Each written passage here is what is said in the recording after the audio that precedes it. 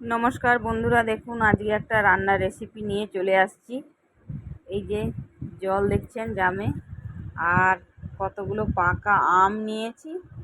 অনেকে তো অনেক কিছু দিয়ে ফুলুরি বানান, তালের ফুলুরি, আলুর ফুলুরি হয়। আর এই যে পাকা আম বাজার থেকে নিয়ে এসেছি, সেইগুলো দিয়ে ফুলুরি বানাবো।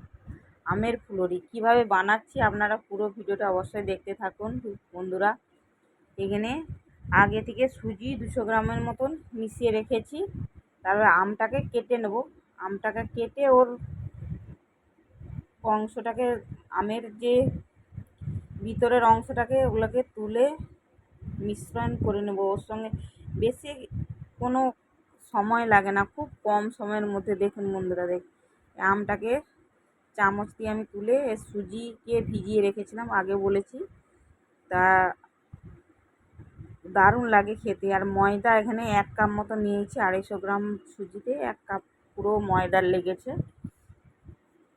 আর চিনি 100 গ্রাম, এটা কালো জিরে অ্যাড করলাম এর সঙ্গে। খুব সহজ পদ্ধতি বন্ধুরা, আমার ভিডিওটা অবশ্যই দেখুন। পুরো মিশ্রণ হয়ে গেছে, কড়াই তেল বসিয়ে দিয়েছি। এবারে ওগুলোকে ভেজে নেব। 5 মিনিটেই বানিয়ে ফেললাম বন্ধুরা। আপনারা অতি সুস্বাদু লাগে খেতে। দেখুন কত সুন্দর, পুরো একবারে যেন তালের ফুলুরি বানিয়েছি, কিন্তু না, এটা হচ্ছে যে আম দিয়ে বানিয়েছি। ফুলুরিটা খেতে খুব সুস্বাদু লাগে। আপনারা পুরো ভিডিওটা দেখে কেমন লেগেছে অবশ্যই কমেন্টে বলবেন। আপনাদের দেখালাম কত কম সময়ের মধ্যে। আমি এটা ভেজে তুলে নেব, কেমন হয়েছে ওটা দেখাবো আপনাদের পুরোটা।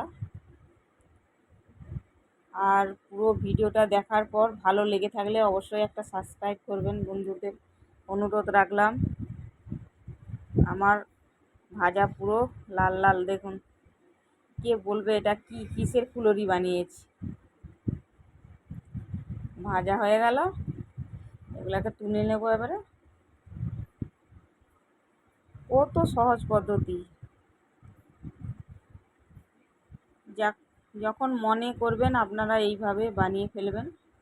এই তো আমার পুরো রেডি। দেখুন কেমন লেগেছে। ভালো লাগলে অবশ্যই একটা সাবস্ক্রাইব করবেন।